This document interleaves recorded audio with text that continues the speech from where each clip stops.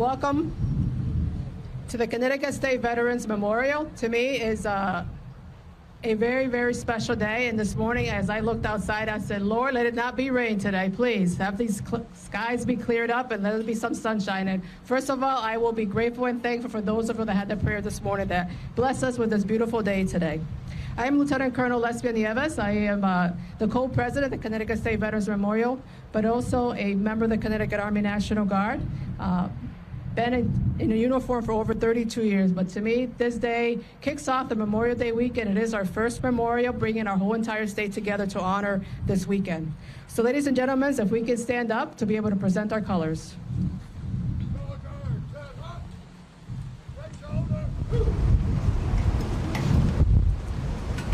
Present colors.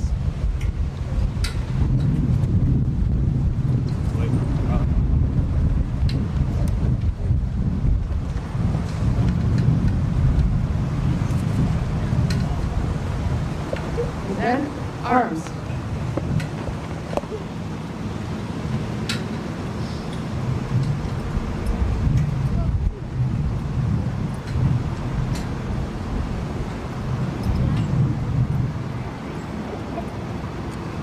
Now I'm going to call up Hazel to be able to sing our national anthem, please.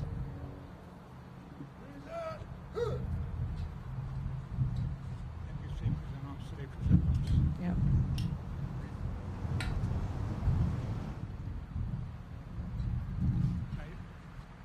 Color Guard, present arms.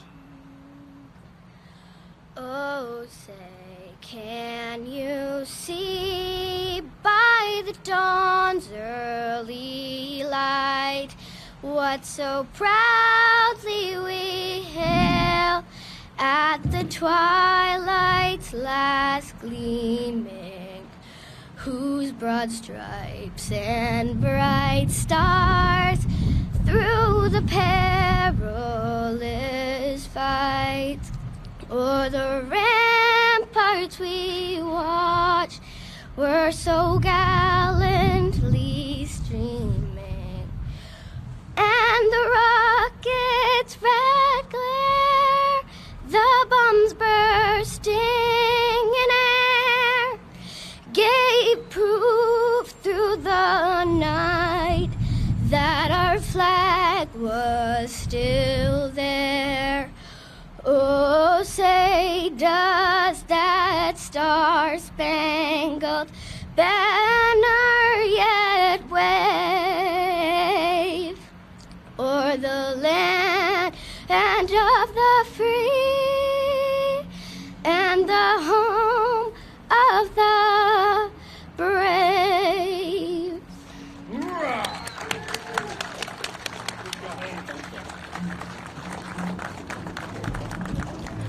Order arms. Now I'm going to lead in the Pledge of Allegiance to our great flag, if you can remain standing. Pledge of Allegiance to the flag of the United States of America and to the republic for which it stands, one nation, under God, indivisible, with liberty and justice for all. Thank you.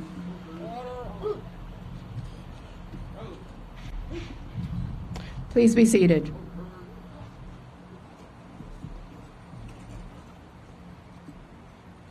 I now welcome Chaplain Nutt to lead us in our invocation. Order, arms. Chaplain Nutt. Okay. Chaplain Nutt's not here. Okay. Okay.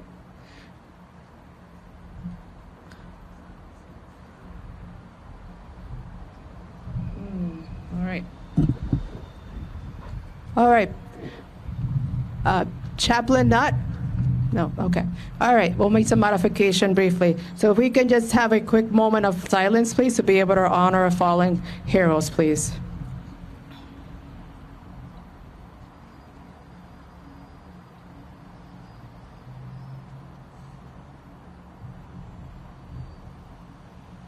Thank you. All right. Just very quickly, and just to be able to honor regarding this weekend, that I know I feel very blessed and very grateful. And I know for all of us that have a higher power of belief that we want to take a moment to be able to reflect and be grateful for those great things that we're blessed with every single day. It is to me an honor to be here this weekend and to be able to kick off this Memorial Day weekend and being here at the Connecticut State Veterans Memorial. I want to start off by welcoming our governor, Governor Ned Lamont, that he's here with us. Just thank you for being here, Governor Lamont. Our Lieutenant Governor, Susan Bysiewicz, thank you for being here. Our Adjutant General, Major General Francis Eva, thank you. We also have our Senator Blumenthal that will be joining us momentarily, as well as my Commissioner, Commissioner Thomas Sade, that is here with us this afternoon. And we also have a couple of distinguished guests, Tom Delanicki from South Windsor. And if I miss someone, I want to thank all distinguished guests, and most importantly, our veterans that are here in the audience as well. We have a Gold Star mother that I will be speaking, Mrs. Ian, as well here today. Thank you for joining us. But most importantly, what the essence and true feeling of this weekend is to be able to honor our veterans and our families and friends in being here with us and joining us in this very special day. In 2015, we'd opened up this memorial. I've been part of this effort since 2008, and finally we're able to erect this memorial here in a very centralized point with the vision of Jody Rell, Lieutenant Colonel Jody Rell, with her foresight that she wanted to have a memorial that people can come together to be able to reflect and honor the memory of those that have fallen. And those that have fallen because they're either KIAs, have passed away afterwards, or they come back from service. For me personally, the ongoing, I call it when war comes home, and those that we lose to suicide as well. But it's a place, a centralized location for the state of Connecticut that all our families and friends, as well as veteran service organizations, were able to come together and memorialize that as a whole team to be able to do this, a place to honor and a place to reflect. So it is a great honor to be here, to say the least. At this point, I'm going to bring up my co-president, Peter Gargano, to be able to share a few words of significance of Memorial Day. But before I do that, I want to be able to provide special recognition to the board members of putting this together.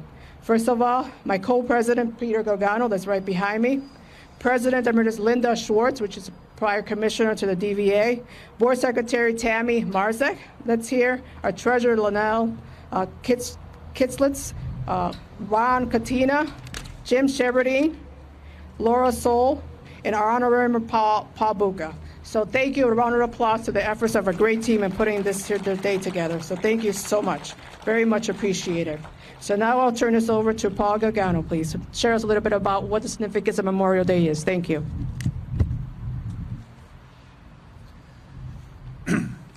Well, good afternoon, and I want to welcome everybody here. And I'm going to give a little talk about Memorial Day, how it began, and why we're here today.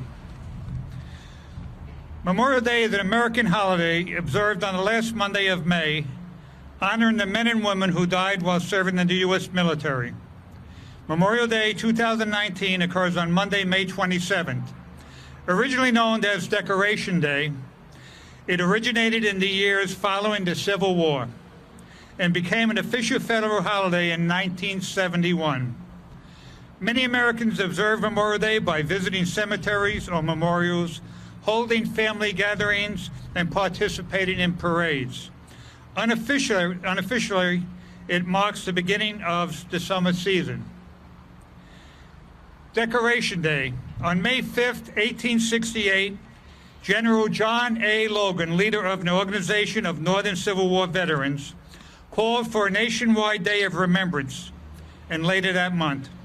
The 30th of May, 1868 is designated for the purpose of strewing with flowers or otherwise decorating the graves of comrades who died in defense of their country during the late rebellion, and whose bodies now lie in almost every city, village, hamlet, churchyard in the land he proclaimed. On the first Decoration Day, General James Garfield made a speech at Arlington National Cemetery, and 5,000 participants decorated the graves of the 20,000 Union and Confederate soldiers buried there. Many northern states held similar commemorative events and reprised the traditions in subsequent years. By 1890, each one of the each had made Decoration Day an official state holiday. Southern states, on the other hand, continued to honor their dead on separate days until World War I. Now into a brief history and rundown. Memorial Day as Decoration Day gradually came to be known. Originally honored only those lost while fighting in the Civil War. But during World War I, the United States found itself embroiled in another major conflict, and the holiday involved to commemorate American military personnel who have died in all wars. For decades, Memorial Day continued to be observed on May 30th, the date Logan had selected for his first Decoration Day. But in 1968, Congress passed the Uniform Monday Holiday Act, which established Memorial Day as the last Monday in May in order to create a 3-day weekend for federal employees. The change went into effect in 1971, and the same law also declared Memorial Day as a federal holiday. Memorial Day traditions. Cities and towns across the United States host Memorial Day parades each year, often incorporating military personnel and members of the veterans organizations.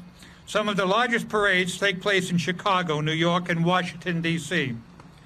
Americans also observe Memorial Day by visiting cemeteries and memorials.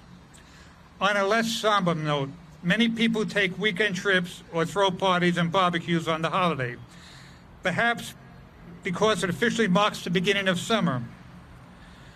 But today we are gathered here for the true meaning of Memorial Day,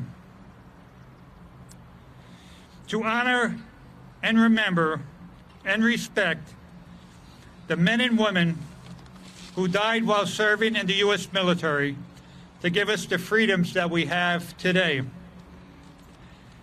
At this time, I want to introduce a Gold Star mother, Sharon Eaton, whose son, Staff Sergeant Richard Eaton, Jr., lost his life in our Ramadi, Iraq on August 12, 2003. Sharon, can you please come up here?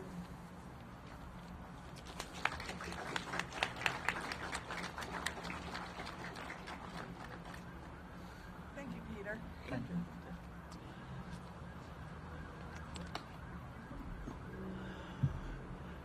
The wind died down. I have been sitting here thinking I wish I had a military haircut so that my hair wouldn't blow all over the place. Thank you for inviting me to speak at the Connecticut State Veterans Memorial this Memorial Day weekend. The services and sacrifices of Connecticut soldiers, past and present, have preserved our freedom. This beautiful memorial remembers and honors all of them.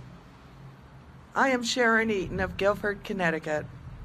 On August 12, 2003, during Operation Iraqi Freedom 1, my late husband Rick and I became American Gold Star parents when our only child, Staff Sergeant Rick Eaton, died in our Ramadi, Iraq.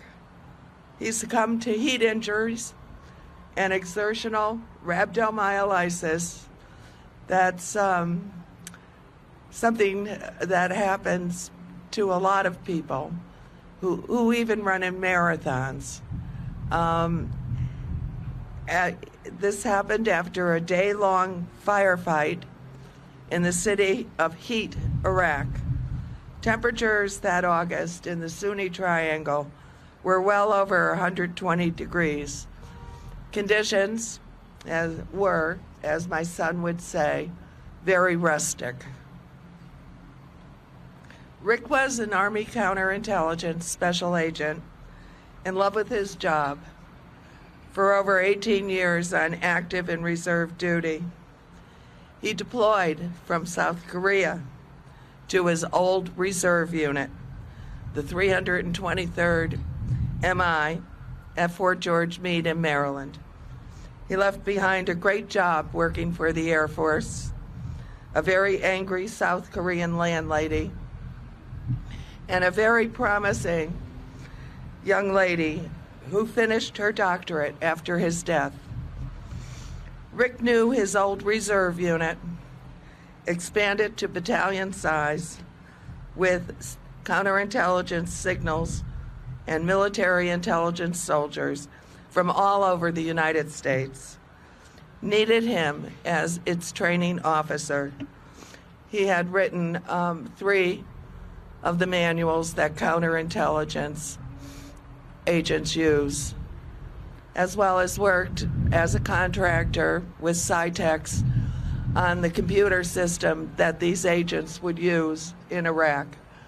He literally could follow in real time how that system worked while he served. Rick led a tactical UMINT team attached to the 3rd Squadron, 3rd Armored Cavalry of Fort Carson, Colorado. From the few emails he could send home, we knew he was exactly where he wanted to be. My heart as a Gold Star mother is filled with pride and love today for my son and the fallen soldiers of other Connecticut families. These young men and women wore their uniforms proudly, and I wear mine too, the white clothing of a member of American Gold Star Mothers, Inc. This organization was established in 1928 by Grace Darling Siebold, who was born here in Hartford, Connecticut. I have been secretary of the Connecticut Department for 10 years. It should be more widely known that American Gold Star Mothers, Inc. includes all mothers whose soldiers died on active duty, but also those soldiers who came home from the battlefield and later committed suicide or died from their wounds or illness. These soldiers, regardless of cause of death, died because of their service to our country, and this should never be forgotten. I've had the privilege to know the Vietnam War Gold Star mothers in the Connecticut Department. Though their sons died in Nam so long ago, they lived in the present when talking about them and still shed tears as if no time had passed to soften their memories. Our sole surviving Vietnam War Gold Star mother in the department is Mary Kite of Waterbury. She retires next week as president of the Connecticut Department at age 90. She has done her duty so well. Ask any Waterbury veteran. I know many of Connecticut's Gold Star families. We are all family because our soldiers have made us so. We share their stories and the bonds of grief, loss, love, and pride. Gold Star families choose different paths to honor and remember their loved soldier, but there is one thing they all fear: that their loved one's sacrifice will be forgotten. We know that if a soldier's name is never written or spoken of again, they are truly forgotten. I never knew my great uncle, Corporal John F. Dunn of Waterbury. He died in France during World War I until I recorded family records for a genealogy project. I never knew that he died in France, that he died after the armistice, that his body, he was reported missing in action until his body was found and then reported. The report came that he died of his wounds. My family never spoke of him.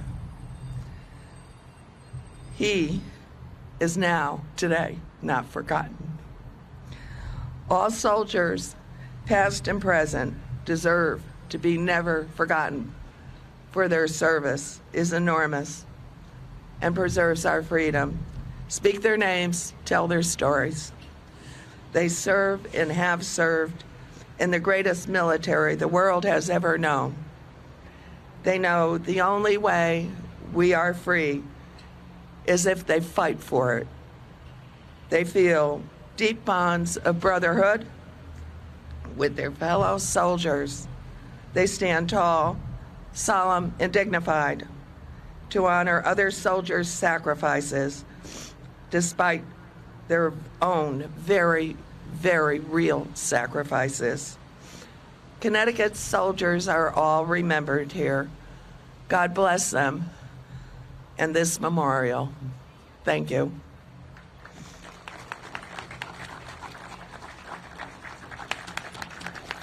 Thank you, Sharon. And may God bless you and your family. At this time, I would like to bring up my friend, Commissioner Thomas J. Sade, Connecticut Department of Veteran Affairs, to say a few words to greet you on this beautiful day.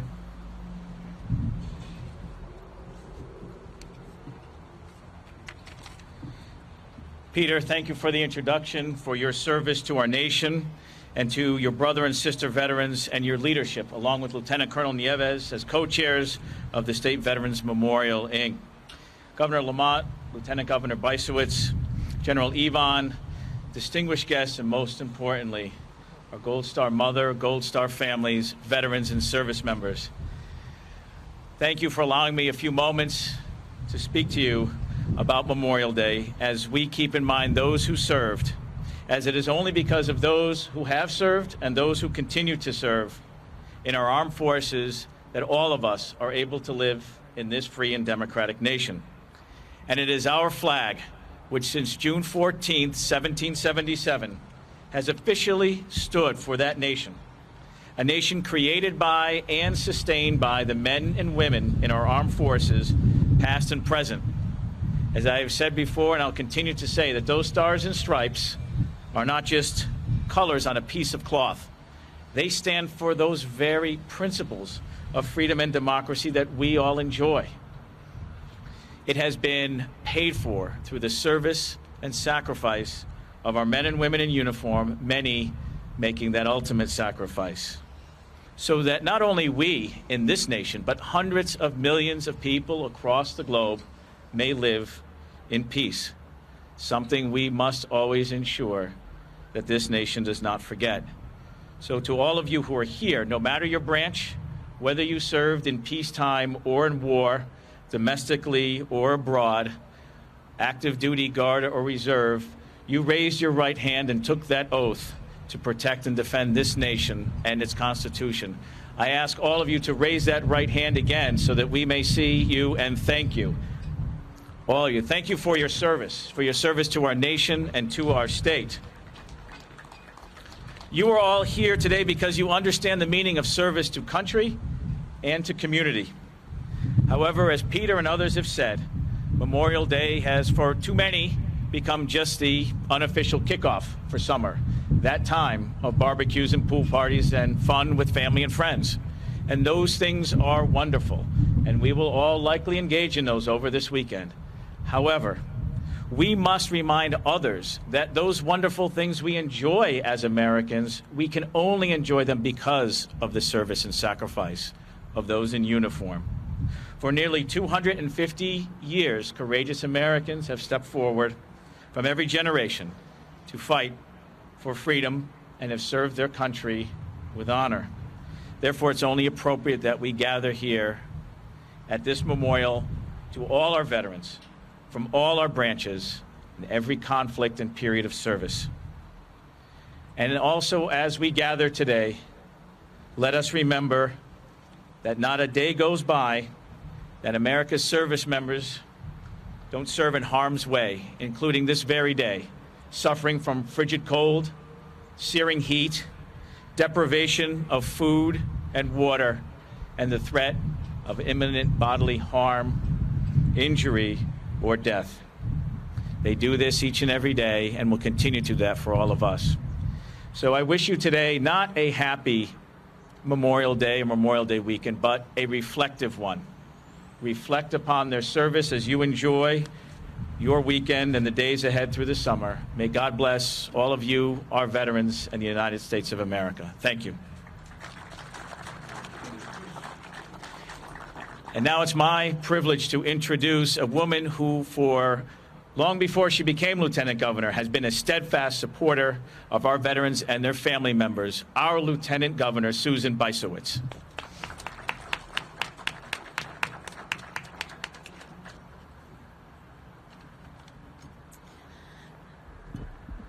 Good afternoon. It is such a pleasure and an honor to be here with all of you to remember that freedom comes with great cost. And we are a free nation, not simply because we willed it so, but because for several centuries, brave men and women from our country entered the battlefields to protect us from our enemies. And so today we honor soldiers who made the ultimate sacrifice, and not just the ones whose stories that we know, and not just the ones whose names are engraved here or on monuments, but also to remember the ones whose stories we don't know and whose names we don't know.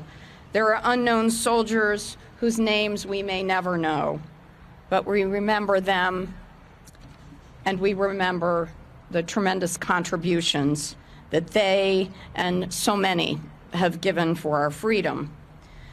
Today, I wanted to share with you one story of a very brave Connecticut soldier who is one of the 65 people whose names are on the Wall of Honor inside our legislative office building through the vision of our Lieutenant Governor, Nancy Wyman, who preceded me in this office.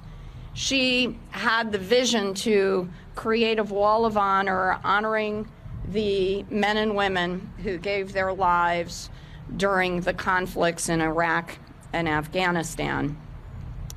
And one of those people was recently awarded the nation's highest award for valor, the Medal of Honor. And this was awarded posthumously by President Trump to Air Force Tech Sergeant John Chapman of Windsor Locks. And I wanted to share briefly his story. Sergeant Chapman was the first military member from Connecticut killed in combat after September 11th, 2001. And those who knew him said he was a fierce competitor and a gentleman. At Windsor Locks High School, he was a state soccer champion and a record-setting diver.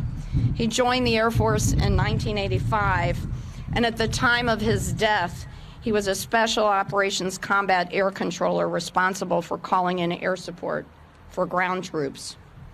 On March 4th, 2002, he and his team were on a mission in northeastern Afghanistan when their Chinook helicopter was hit by a rocket-propelled grenade, and he was forced to crash land high in the mountains. Searching for Navy SEAL Neil Roberts, who had fallen out of the helicopter and later died by gunfire, Chapman killed 2 enemies and then came upon a dug-in machine gun nest. As Taliban and al-Qaeda insurgents fired on the rescue team from all sides, Chapman approached the nest in knee-deep snow and fired at close range until multiple gunshots took his life. He was among 8 U.S. forces who died in the firefight on the mountain of Takarkar, also known as the Battle of Roberts Ridge. Sergeant Chapman was credited with saving the lives of the rest of his team. A U.S. Navy cargo ship, the motor vessel T.S. Sergeant John A. Chapman, was named in his honor on April 8th, 2005. I hope when you have a moment, you will walk through the halls of the Legislative Office building and pass by the Wall of Honor and say a prayer for those families who have lost their loved ones. And you will also be able to see beautiful memorials that honor those from our state who have died in our country's past wars. It is an honor to be here with you today to remember the fallen and to remember how precious and costly our freedoms that we enjoy today are. God bless each of you, our veterans, our beautiful state, and our great country. Thank you so much.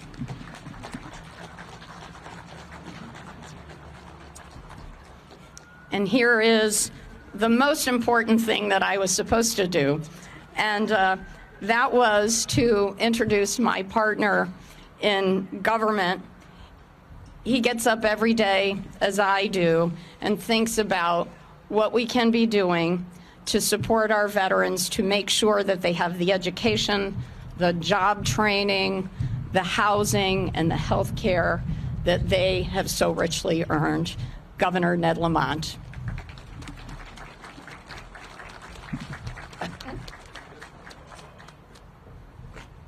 Well, good afternoon, everybody. Senator Eaton and Senator Blumenthal, and to all the vets, and Sharon and the Gold Star families here, to those who are serving our country today.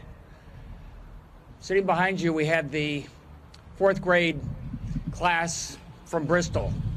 And what I was going to tell them is why we continue to always remember those who served our country, as it says on the monument behind us.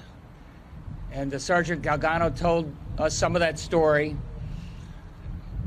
about Decoration Day and how, going back hundreds of years, American families have decorated the grave sites of those who died serving their country. And one other person, Sergeant, I would add to the list of folks that helped during Decoration Day and the Memorial Day was Abraham Lincoln, who in November, after Gettysburg, was asked to be the secondary speaker after Governor Edwin Edwards of Massachusetts spoke to commemorate those who had died in the battlefield of Gettysburg. And Governor Edwards spoke for a little over 2 hours, don't worry. Abraham Lincoln, though, reminded us why those who died at Gettysburg did not die in vain, but they died for a greater purpose. They died on behalf of the greatest nation on earth, of the people, by the people, and for the people, shall not vanish from this earth. And that's what President Lincoln said. And soon thereafter, Memorial Day was being celebrated in North and South.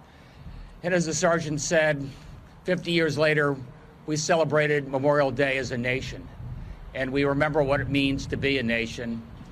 And Sharon, I was struck when you said that was it your great uncle that maybe when he died in World War I and his name was not, we remember but not always spoken. When my Uncle Tom went down in a submarine at the very end of World War II, my mother, grandmother, and my dad talked about Uncle Tom as if he had just left the room. And they talked about him that way for the next 50 years.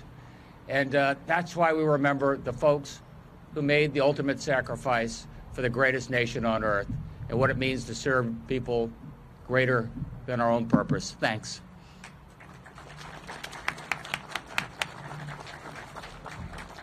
Thank you, Governor Lamont. Now we'd like to bring up to the podium, we have with us this afternoon Senator Blumenthal, who would like to share a few words with us. Welcome, Senator Blumenthal.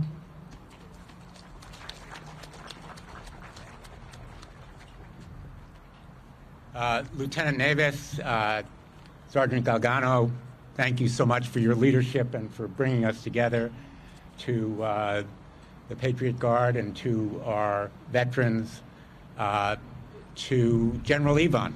Thank you for your leadership, and to the Connecticut National Guard. As you've heard me say countless times, when you call out the National Guard, you call out America. When you call out the Connecticut National Guard, you call out the best in America. Thank you for all of your service over so many years. There is a backstory to Sergeant Chapman, and some of you know it, which is the Pentagon didn't want to give him the Medal of Honor. They said he didn't deserve it. It took years, and I was involved in that effort, but so were members of this audience, his friends, his family, who never gave up, believing that he was alive on that mountain, continuing to fight and kill the enemy, even though some of the military brass said he perished earlier in the fight. And the Medal of Honor was richly deserved by him for his heroism, but it also is a mark of the dedication of his comrades, that they believed in him and that Connecticut believed in him, because we were able to muster support from the people of Connecticut in our effort to get him the recognition that he deserved.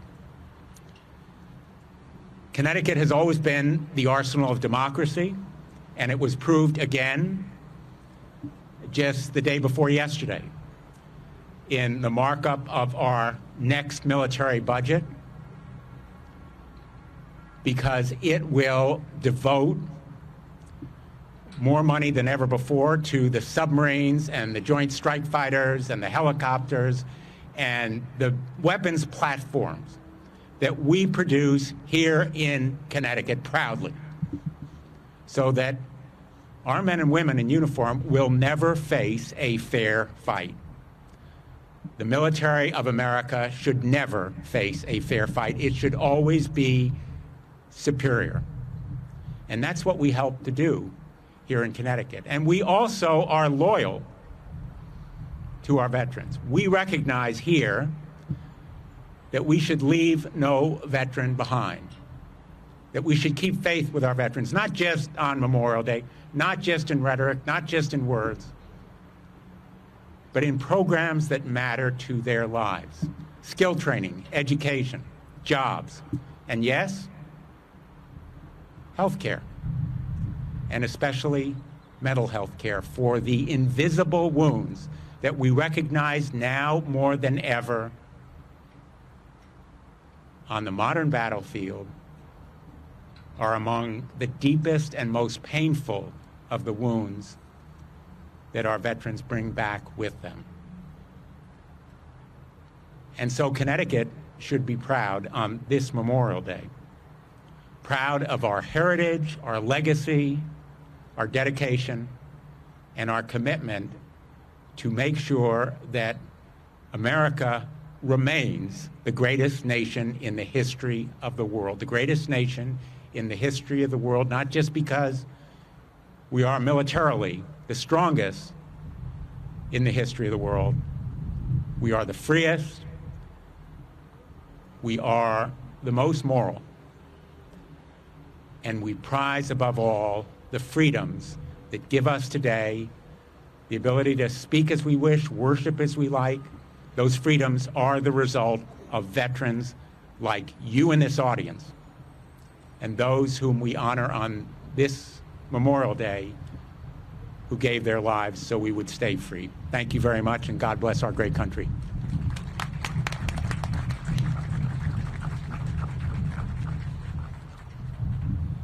Thank you, Senator Blumenthal, for those kind words. So now I'd like to bring up to the podium a dear friend of mine, and I'll consider her a mentor as well, Dr. Linda Schwartz, a prior DVA commissioner, that she has a very special poem to share with us. Welcome, Linda.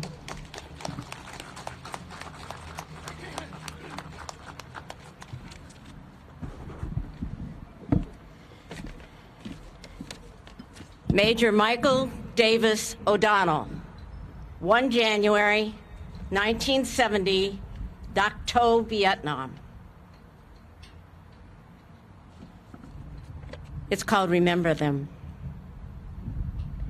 If you are able, save them a place inside of you, and save one backward glance when you are leaving for the places they will never go.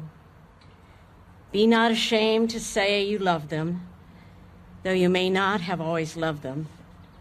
And take what they have left and what they have taught you with their dying and keep it with your own. And in that time, when men decide and feel safe to say that war is insane, take one moment to embrace those gentle heroes we left behind.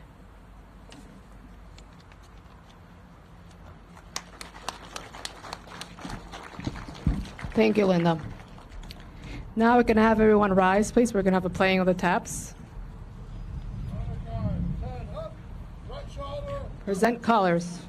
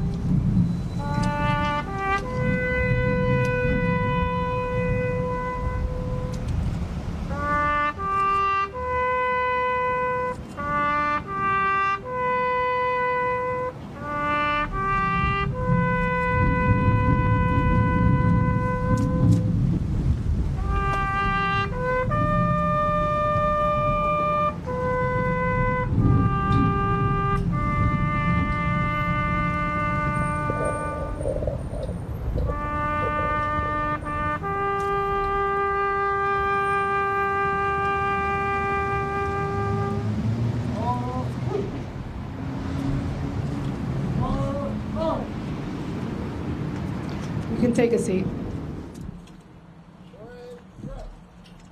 I just want to take a moment, and you can all join me in just taking a moment of reflection that I know for me personally is a weekend that I go into with a very heavy heart. I know I've draped one too many flags, I've saluted one too many flags, and visited the Middletown Cemetery probably one too many times. It is never to be forgotten.